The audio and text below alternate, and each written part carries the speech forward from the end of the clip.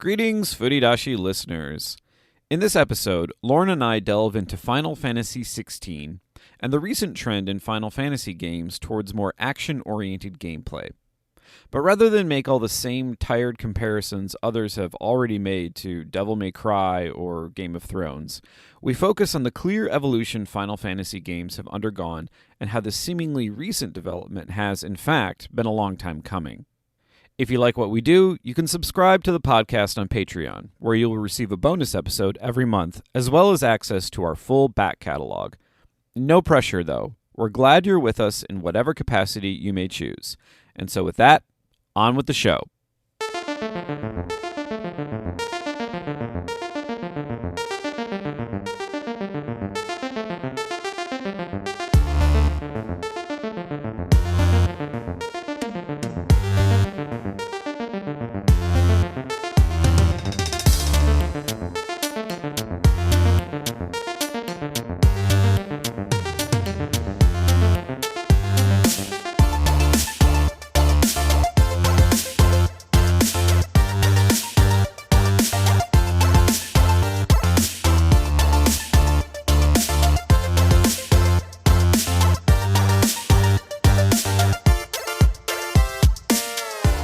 Hello, everyone, and welcome to the Furidashi podcast. I am your first co-host, Nicholas, and I'm here with co-host Prime, Lauren. Lauren, say hi to everybody. Hi, everyone. Or should I say this like in a robot voice? Like, hello, my name is Lauren Ash. I am co-host Prime. Co-host. I'm like Optimus Prime, Laurenus Prime. Autobots, roll out.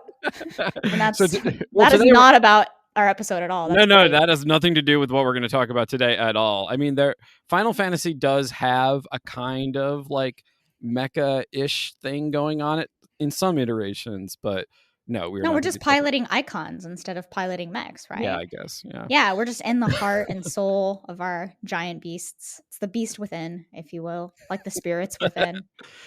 So today we're going to be talking about, we're going to be talking about Final Fantasy, but we're more specifically going to be focusing on Final Fantasy XVI with constant reference to the more recent Final Fantasy mainline iterations like the 7 remake, 14 and 15 especially. But I wanted to I actually picked this, and the reason why is because you're friends with me. Well, yeah, there's that, but also like I had forced myself to finally play Final Fantasy 15, and I hated it. Okay, hate is a strong word, but I really did not enjoy the experience, and so I was like, I have to talk about this. So let's do an episode. And since Final Fantasy 16 just came out, it's timely. We're doing it again, Lauren. We're topical. How do you feel about being topical again? Well, it's much more than being like what? But bottomal? Anything on the bottom? Bottomal. I love it. You know, this is the final Furidashi. Da-na-na-na. Metal music in a Final Fantasy game. Okay, that was Final Fantasy 16 in an icon. Da-na-na-na-na-na-na. Lightning bolt, everything. Da-na-na. Okay. I'm clipping that, and that's the entire episode. All right. Yeah. No. So before we flog the Patreon or ourselves, we just wanted to like give you guys a shout out that we do have the Substack that you can read at gamedesignDiscourse.substacks.com. Nicholas has been doing an incredible job of his own game design and UX design journey here lately. Yep. I'm super proud of you. I'm super stoked for you too. Like after like designing kind of games on your own, right? You're finally, you're taking that leap into potentially AA, independent, AAA development. So is there anything you want to kind of shout out to just talk about like how, from podcast to actual like game cast, right? Like that's awesome. I mean, okay, I guess, one thing about the Substack is that it's specifically, at least currently, is focused on the concept of narrative mapping and an approach to sort of like how to design levels, how to structure like combat encounters and various other things in accordance with this like idea that you can actually think of it in terms of like as like micro and macro narratives, and the like micro narratives embedded within macro narratives, and also as a way of sort of thinking about the concept of the core gameplay loop and all these fun game design things, and to sort of like give them a framework of thinking of them as having like a narrative structure rather than sort of the typical structures that are often sort of put forward for these things. As far as my journey is concerned, well, I mean, if anyone wants to hire a burgeoning UX designer, I'm here. I'm currently unemployed. So, Yeah. well, I mean, okay, I mean, You're currently fun employed, you yeah, know? my employment situation is complicated at the moment. Money is coming in, just not as much as I would, I need to survive. Yeah. And with that, and talking about money and being a gillionaire, we guys, please follow us also on Patreon as well. I'm super excited because, as you know, Nicholas and I really love deep diving into the history. But because Final Fantasy 16 and kind of this micro history, you could say, of just from Final Fantasy, I would say, actually kind of goes back to Final Fantasy 13, even though we Yeah, didn't talk about it. But from Final yeah, Fantasy 13 all the way into Final Fantasy 16 and every mainline Final Fantasy game in between. yep, I just wanted to say that our Patreon episode over at patreon.com/furidashi is going to really actually deep dive into like the true kind of history. But for yeah, today's episode, I mean, it's still factual, it's still real, but we're going to be more going into like, a lot of like the surrounding, lore and meta that's around Final Fantasy 16. yeah. What is it? Why is it? I've been playing a ton of it. Why do I love it? But also, why do I hate it? So yeah, please go over to the Patreon so you can get actually kind of more in depth and not just about Final Fantasy 16, but kind of see how Final Fantasy 16 actually came to be. Yeah, But with that, we'll just be talking about Final Fantasy's existence in the 16th format right now.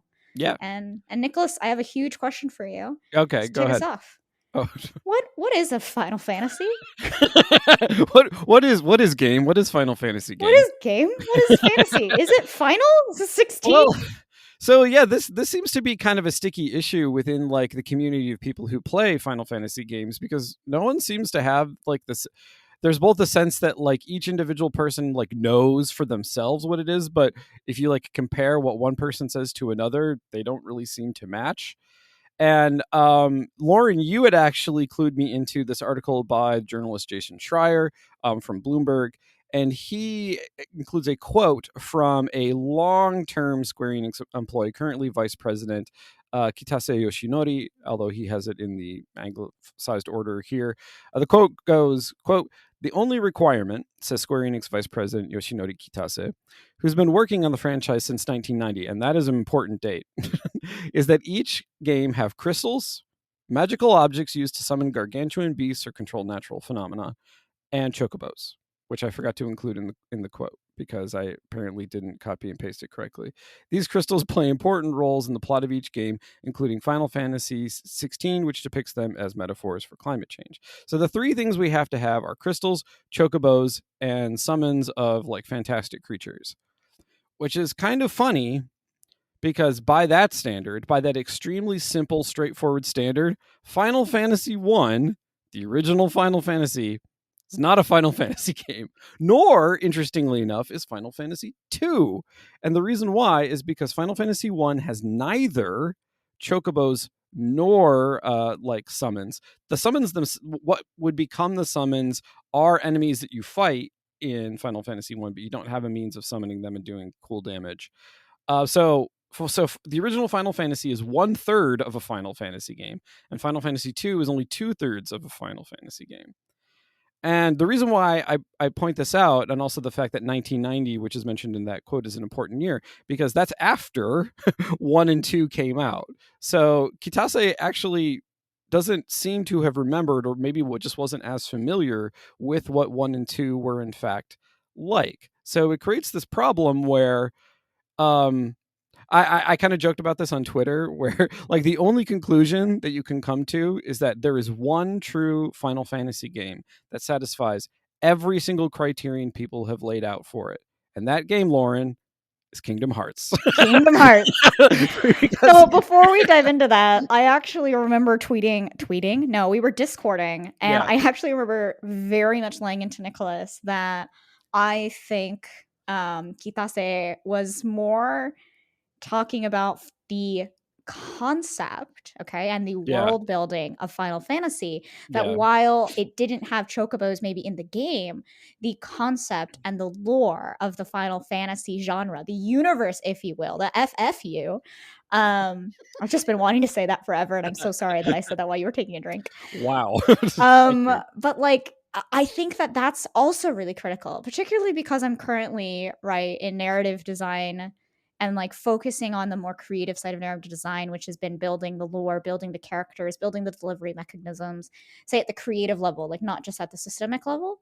And I haven't really like been in charge of like actually hard implementing it, right? I'm kind of Yeah. transitioning, which is like a really awesome time in my career. But now that I'm looking at it, I'm going, I think Hidase was saying FF1 and FF2 are Final Fantasy games because the pure concept of those are summons or they had to be summoned to have you fight them, because the concept, the story, right, the fiction, the fantasy was that those were being summoned to control natural phenomenon so that you have to fight them, right? Yeah.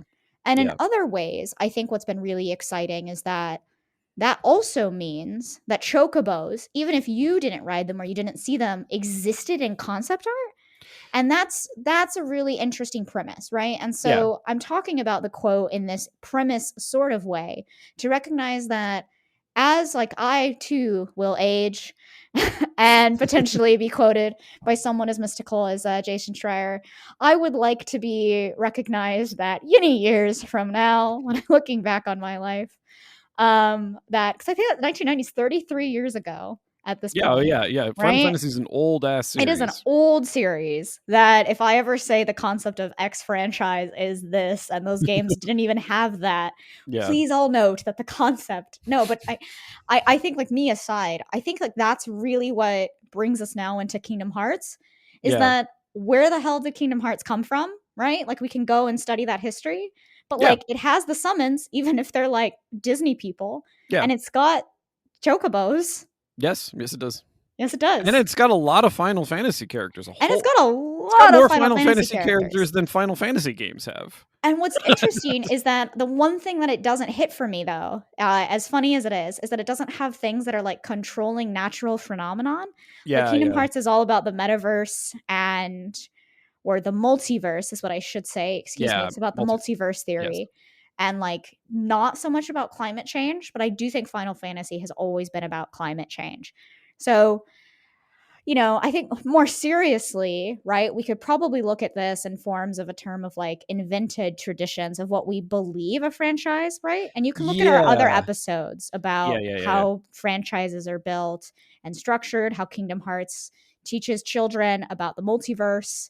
Um, Well, I you think know, there's a desire to create a kind of, interestingly enough, to create a kind of legend or mythos mhm. around the creation of the series, precisely because the truth, like the historically verified, like the thing that you can find documentary evidence for, is extremely messy and includes things like copyright disputes and all sorts of stuff that people don't want to necessarily like. It's not a fun story. It's a very like corporate capitalist story, and I don't know. That's just not fun. I don't but know. I mean, Final Fantasy VII was a great game. it's actually well, okay.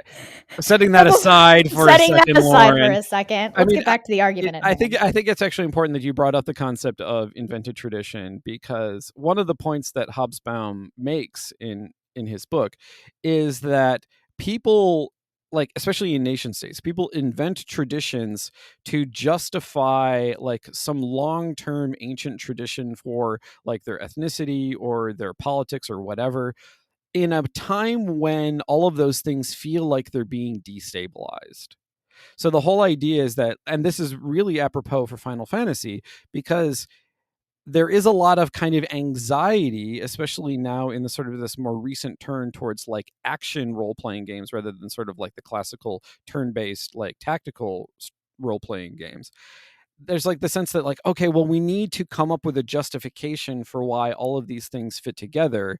And so those myths, those stories, those literally, I mean, to be perfectly honest, fabrications on the part of many of the original developers, that helps cement this idea that like, no, there really is a stable through line for all of this, even though you may feel uneasy about how things seem to keep changing every time we put a new one of these out. And I really like this. I really like that term. And for those of you who don't know, right, Eric Hobsbawm is a uh, a historian. And Yeah, how would you? he's a Marxist historian. Yeah. Yeah, he's a Marxist historian. And I was like, I'm going to use the wrong word here. Nicholas, help me out. But for me, he's always been like a great historian that really talks about. And when I like invented traditions as a word, particularly right growing up in the United States, where there are a lot of cultural traditions that come from a milieu. Yeah, And then yeah. a lot of the times especially when you're in an immigrant household or a mixed household, you do have the invented traditions. Like we've never celebrated Christmas here, but we're going to celebrate it because apparently that's what we do here. And so everybody has to right now celebrate Christmas, Yeah. even though it wasn't really, it's almost while he says invented traditions, I also like to think of the terminology from game development as an inherited tradition. Yeah. Right? So there's a lot of like tribal knowledge, right, that goes around in game development studios that have existed, right, for 30 years. And eventually you will end up hiring someone that's like, hey, could you just make sense of all of these documents or all Yeah. of this like fantasy, right? And I think that what's really, really powerful of that is that you'll constantly be having and hiring new developers to, Yeah. right, reinvent.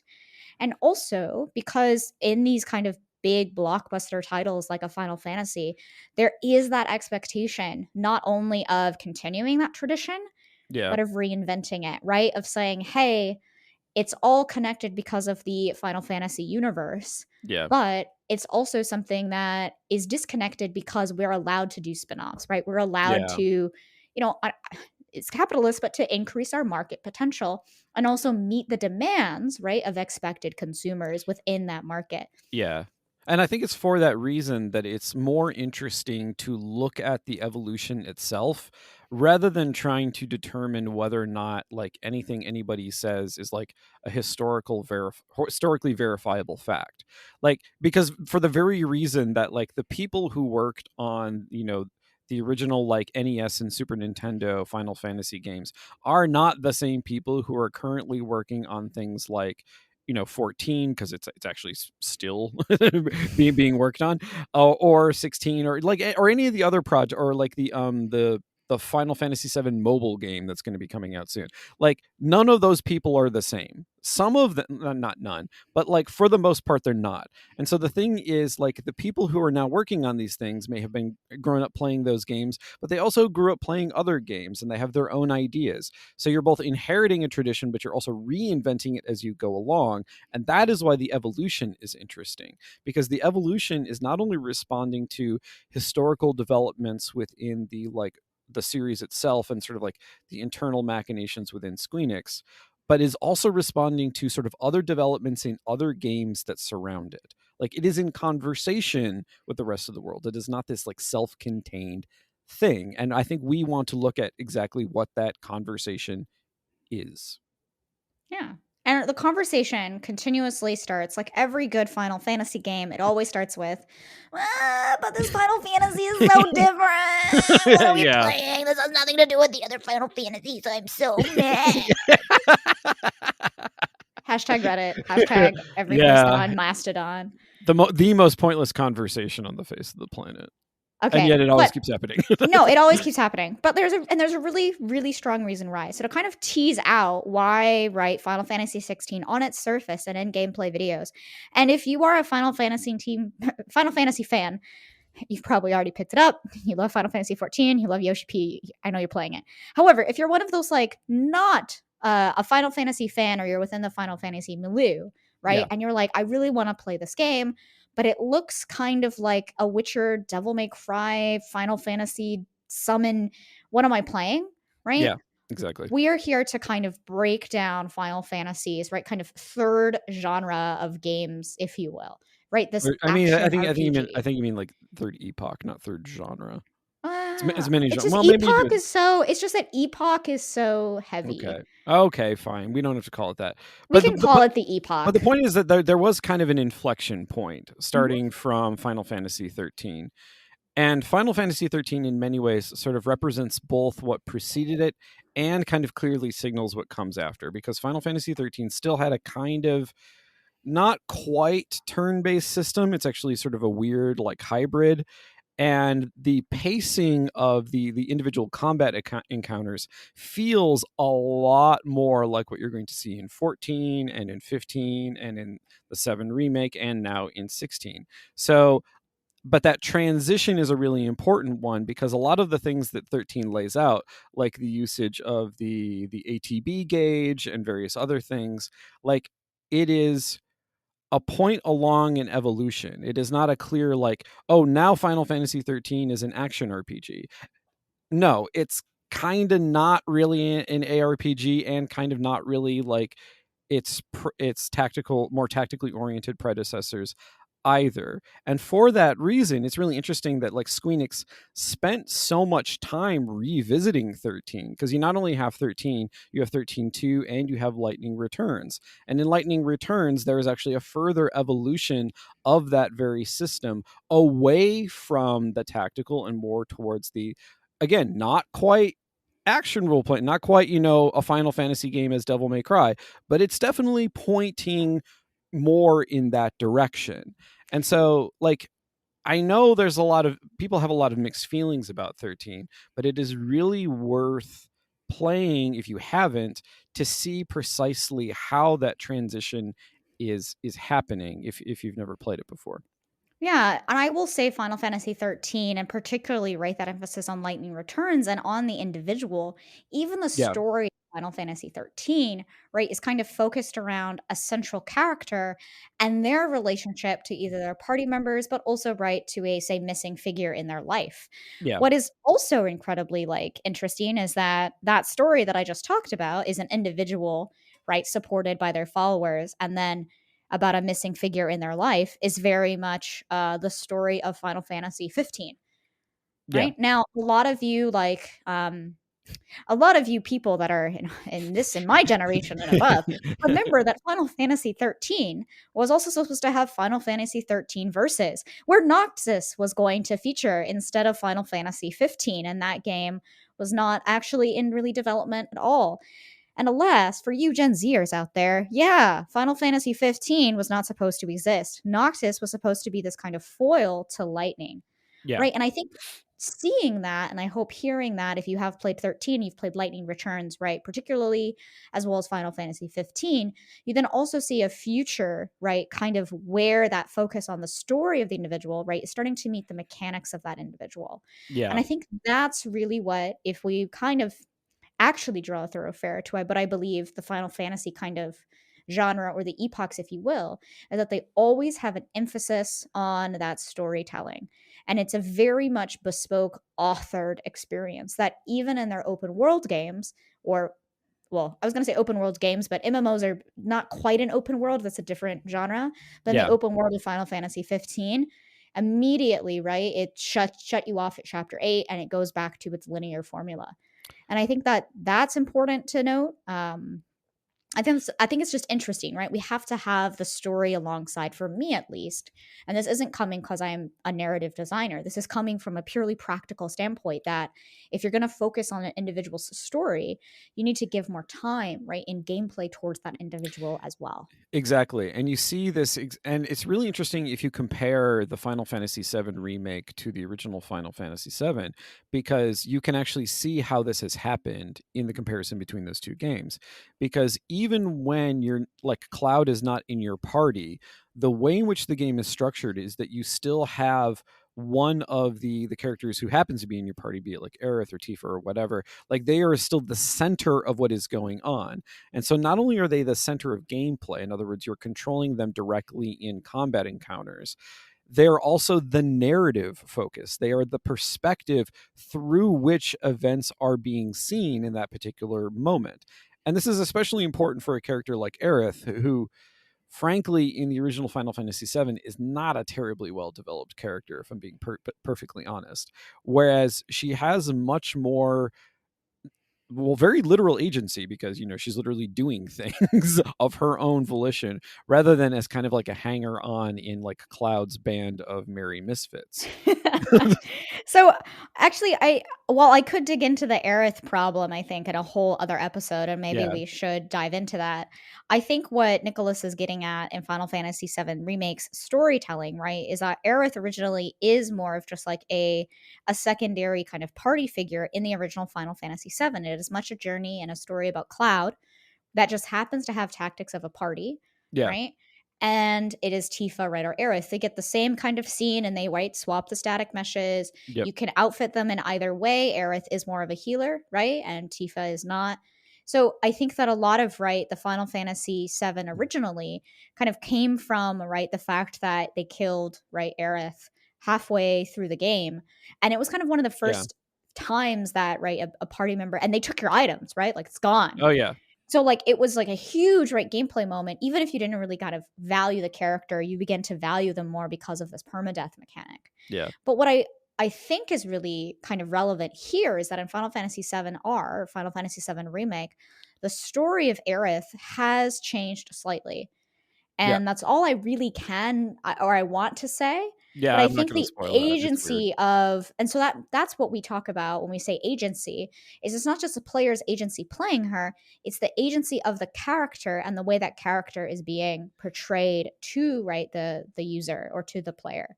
Yeah. Um I do want to step back though, Okay. because Final Fantasy VII R is released after Final Fantasy 15. That is true, and in many ways improves upon a lot of 15's what I would call concerns. Because the thing is, like, so actually, there's a lot of the like DNA of 15 in 16, especially when it comes to the combat mechanics. Like, for example, the warp strike mechanic that you have in 15 is very similar to, what is it called, Phoenix Strike? Did I Yep, get that it's right? Phoenix Strike. Yeah, in 16, although in 16 the Phoenix Strike is more like a basic charge, whereas the Warp Strike is a little bit more, in fact, it's actually a lot more complicated in 15, because one of the major issues with the combat mechanics in 15 is that it's very confused and very muddled. You have, and this is a point that I made to Lauren a couple of weeks ago, that it's like there are several complete ideas of how like combat is supposed to work in 15, and they all kind of get mushed together even when they directly contradict each other. So like, for example, the warp strike mechanic in 15, the way it works is that the further away you are when you warp in, the more damage you do when you hit for the first time. So this encourages a kind of combat where you're moving in and out as your other, like, party members, as your companions are also fighting, whatever creatures or boss or whatever happens to be.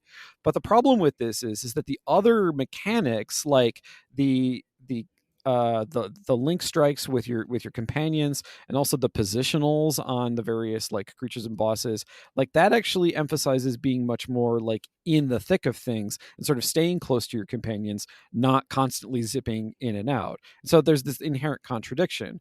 Whereas what 16 has done, I think, and also 7 did this as well. 7 took it in one direction, sorry, 7R, and 16 took it in another, is that it cleaned up that muddied sense of combat mechanics in 15. However, that having been said, in order to understand either of them, you really do have to look at 15, because there is the germ of actually several really good ideas there. That's all I wanted to say. No, I think that's an incredibly good thing and a good like kind of preview into what I want to talk about, that deep dive in that transitional period in our Patreon episode. And like for me, something that like you have to understand too is that we're talking about Final Fantasy 13 and Final Fantasy, right, 13 2, which was released in I think 2009 and 2011 respectively. Yeah. But Final Fantasy 13 Lightning Returns is released in 2013. And for those of you who are Final Fantasy 14 fans, A Realm Reborn is also released in the year 2013. Yep. Right, Final Fantasy 15, 3 years later, is released in 2016. right? Kingdom Hearts 3, I knew that we were going to come back to it. You knew we were coming back to it. Is released Yeah. in 2019, but was originally slated to release in 2017. It was pushed back many years, particularly because of Unreal Engine becoming free in 2015. Yeah. And so that really propelled the Kingdom Hearts right forward. They switched their development engine halfway through the project Yeah. in 2015, right? Obviously, they needed at least 4 more years to try to clean it up and port it everybody over. Yeah. Probably needed more in it, but Kingdom Hearts 3 had been in development for 10 years at that time.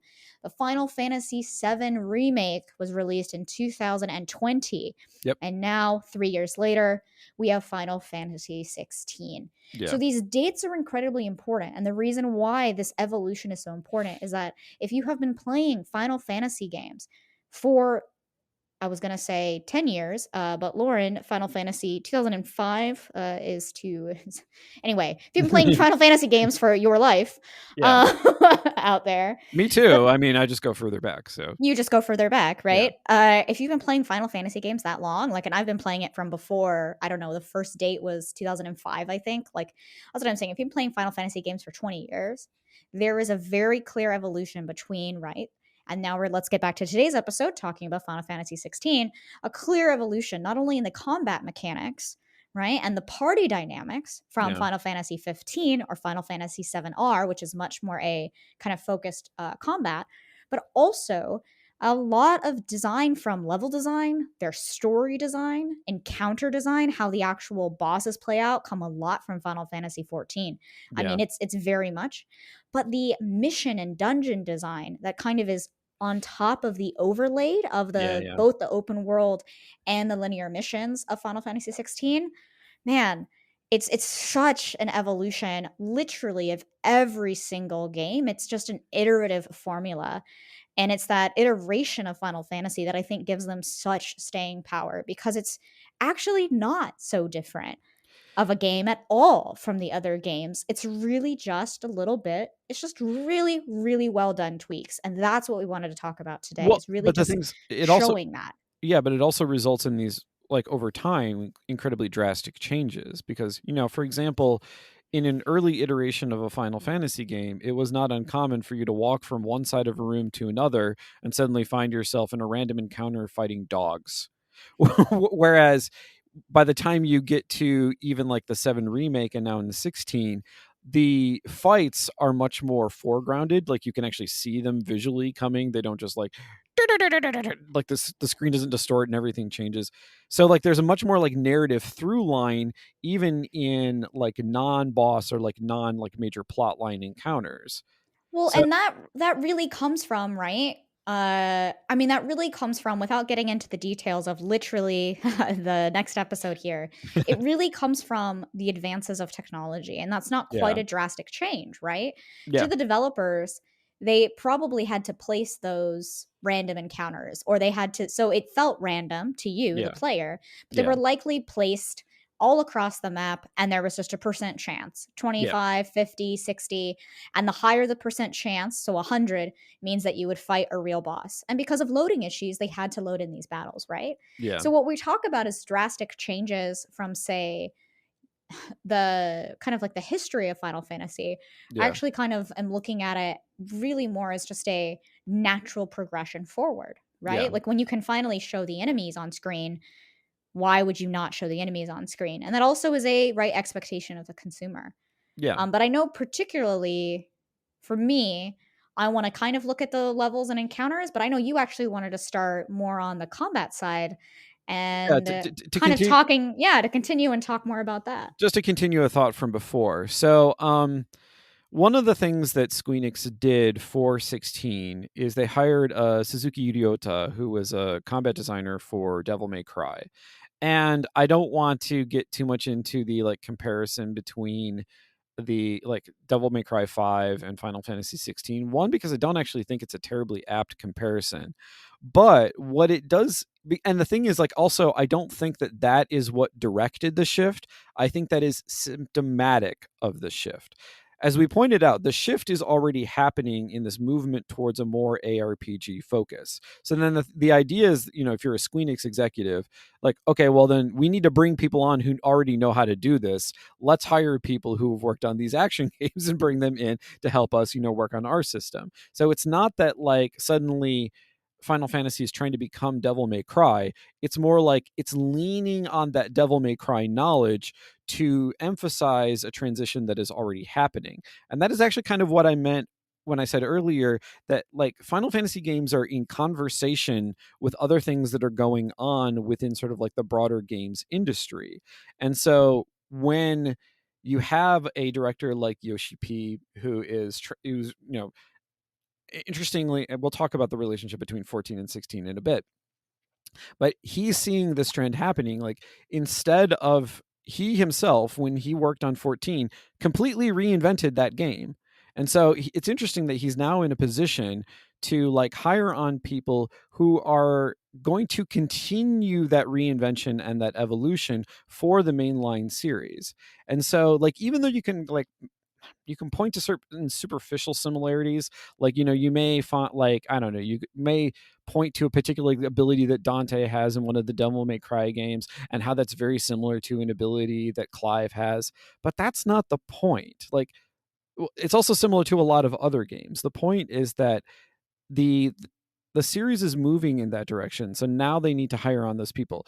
They're not going to be hiring on people who have a lot of experience, like making strategy games, because Final Fantasy is not a strategy game. It just doesn't make any sense. Yeah, and I think what's really interesting for me is that as I'm playing Final Fantasy 16's combat, what I'm really recognizing is that it feels very much like Kingdom Hearts 2 or Kingdom Hearts 3. Sora has an attack button and a magic button, and that's it. And then you change to different abilities, which usually are more magic abilities in Sora's case. Yeah. But after improving your one weapon over time that you get better access to either through the story or through whatever, you really just carry this one big sword. You smack everything with it as many times as possible. But in Kingdom Hearts, there are more combos and is way more reminiscent of Devil May Cry than Yeah. Final Fantasy 16, which really just doesn't have that vibe. Yeah. And so I think it's a really interesting comparison that I think was just drawn out as an assumption of they hired the lead combat designer. So obviously he got his way. And I remember for me, what I feel is that it actually feels like they hired this guy because he had a lot of knowledge and was like, great, I'm going to be able to do a combo system. And they were like, oh, well, what we meant by combo system was you get 4 attacks and every attack can be done by a magic burst, and everything also has magic. So you need to deal with the role playing game of like fire and ice and Yeah. all of that. Please Yeah. make this work. And it was like, oh, you want to know how different skill abilities could function together to create a unique gameplay, not how do I make a combo system? Because a combo system, right, is incredibly different. It's very Street Fighter-esque. And Yeah. Devil May Cry, right, is pretty much a swords and gunslinging Yeah. It's Street very Fighter it's very single hack player and campaign. slash. Like, Yeah, it's it's very hack and slash. Now, yeah. 16 would be hack and slash if the combat system didn't really borrow every single encounter design from Final Fantasy 14. Well, yeah, okay, actually, here's a really good point to sort of emphasize what we were saying about like the evolution is still drawing upon things that like existed previously. So in a sense, 16 does still have quick time events, but those quick time events are often put in the context of combat encounters. So you have these like cinematic moments within combat encounters when you can parry, or like, 2 weapons clash and you're supposed to like push the other person off, or Clive is like now jumped over the Marlboro and is going to stab him, and there's a little like quick time thing you have to do for that.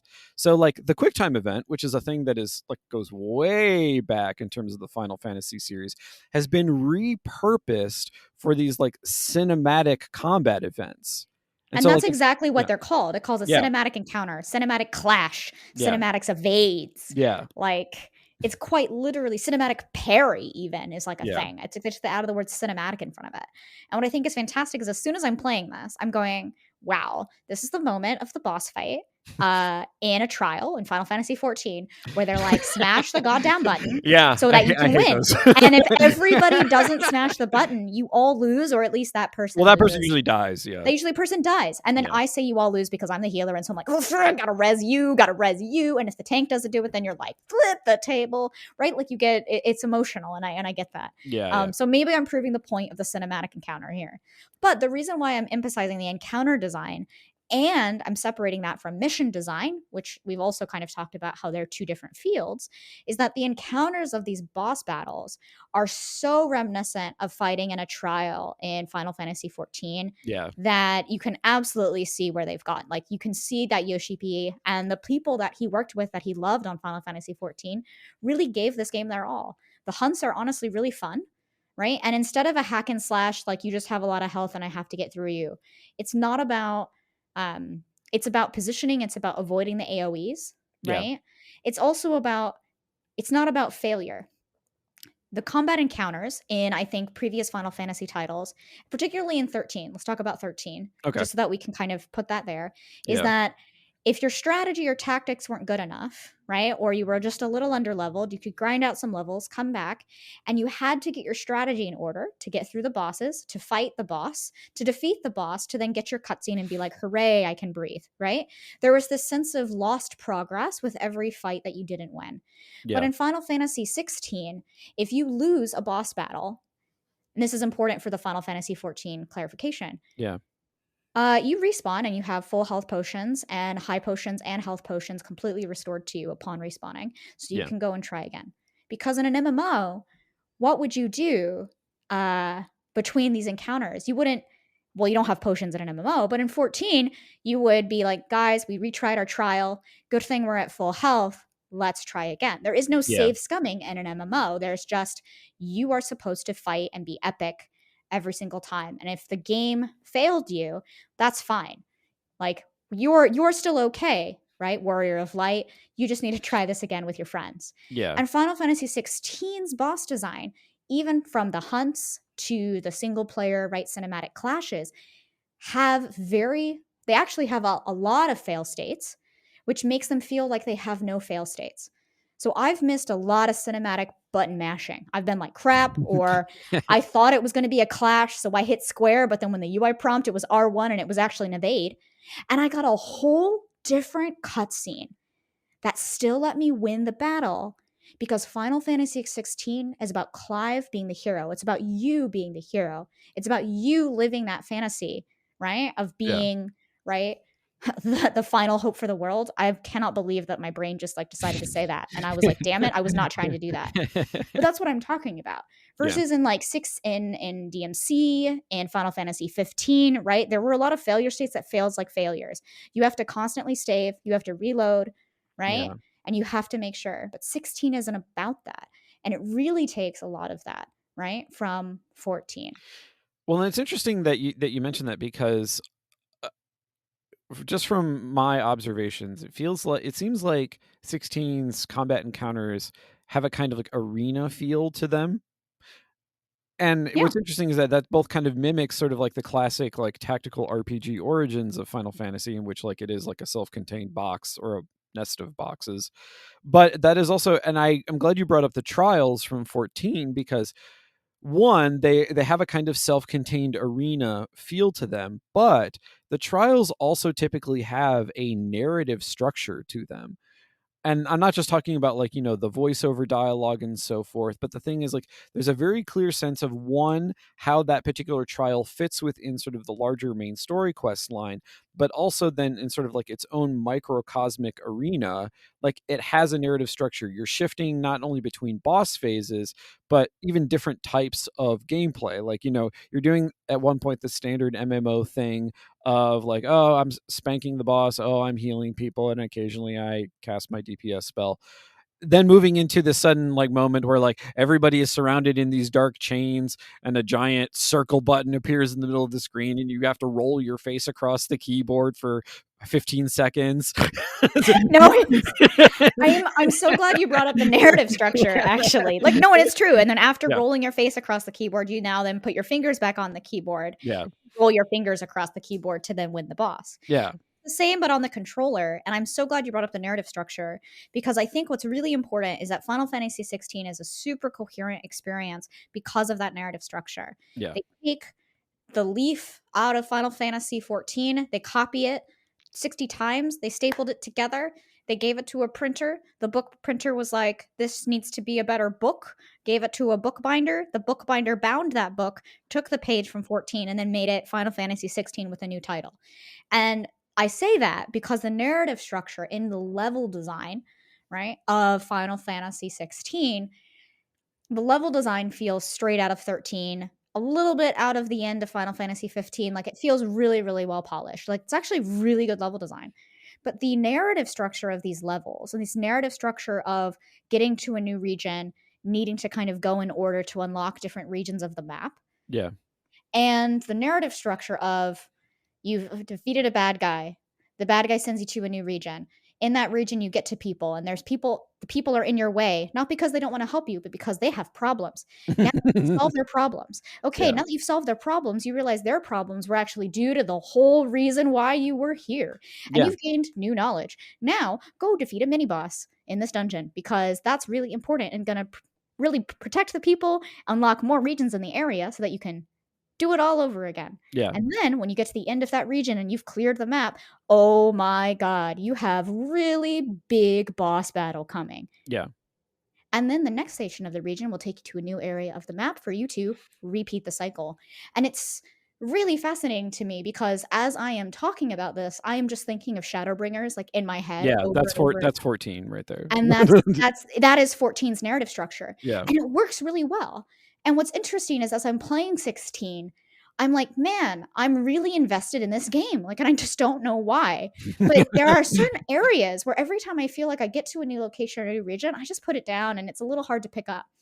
And it's because you're at that phase of the narrative where you need to help the people's programs to progress your game. Yeah. And it's just it's hilarious, but it is a narrative structure, and I think that's really important, particularly with the work you're doing in narrative mapping. Yeah. Is that players, right, the game experience, when it is such a story driven game, or even if it's not story driven and say the gameplay focused, right, or Yeah. systems driven, there is always going to be that narrative in the player's head, right? Yeah. And so at the risk of quoting myself, which is something that I don't usually like to do, But that you should do more often because your quotes are really good. Okay. The most recent post that I put up on gamedesigndiscourse.substack.com, you can go there right now. You can pause the episode and read it and come back if you want. However, I will summarize a point that I made there for you. So I come up with this sort of very simple paradigm for thinking about narrative mapping, which is establish, complicate, resolve, which is sort of like the beginning, middle, and end of this structure. Now, the third of those, resolving, so like coming to a resolution, one of the things that I emphasize in that post is that you can't think of resolutions in game design terms as strictly speaking like climaxes. And the reason for this is because at the same time that it's sort of like maybe bringing a combat to a close or like the end of a boss fight or say like the end of a particular area in which you're doing things, that resolution is also then setting up, it is establishing the next cycle that you're going to go through. Well, ideally in a really well designed game, in a game that has a very clear narrative structure that moves you from one zone to another very seamlessly, does exactly this. It does what 14 does, it does what 16 does, where like you get to that what feels like a culmination, and it does genuinely feel like a culmination, but it has this kind of double identity. And the other facet of that is the realization that like the thing that you have just done now is going to push you towards this other cycle of events that you're now going to be moving towards. And so it feels more comfortable when you're playing it. It feels more logical because you never have to sort of like guess what it is that you're supposed to be doing. Like there are a lot of times when you're playing RPGs, including some ones that I really, really enjoy, including the one that I'm currently playing, where you get to a point where you've completed something and then you kind of go, so now what? And both 14 and 16 don't do that. like they don't really give you the time to have that so what feeling, because that so what feeling kind of sucks. And it's when Yeah. people turn off. Yeah, and what's really interesting is that in Final Fantasy VII Remake, I really had that, okay, what is happening now feeling, particularly when I don't know if this is a chapter 8 problem, like after 8 chapters, like Final Fantasy was like, "You know what? We should have not done 12." Because I think it's chapter 8 and 15, and it was like maybe not chapter 8, but chapter something Oh, in it's Final definitely from Fantasy. chapter 8 and 15. It goes It's off the rails. definitely chapter 8 and 15. And in Final Fantasy 7R, I talk about the chaptering structure because every Final Fantasy game does do chapters, Yeah. even if they don't tell you they're chapters. And in 7 Remake, it's when Cloud does the motorcycle race through the tunnel to get to the city or something after, and then it turns into Cloud being, I think, I don't know, someone is somewhere, you're playing Tifa, and there's like this Cyberpunk 2077 building that you're like level designing through.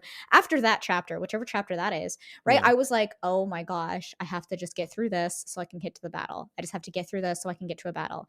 Nope, Yeah. another motorcycle chase. I get that this is super nostalgic because you guys remade it and this is cool and I get it. But I know that the boss battle is right there. And it felt more like a slog. But in Yeah. 14 and in 16, because their narrative structure is so repeatable, you don't ever feel that, right? And so Well, recognize, it's interesting, and this is the important point. The structure is repeatable, but the content can drastically change each time.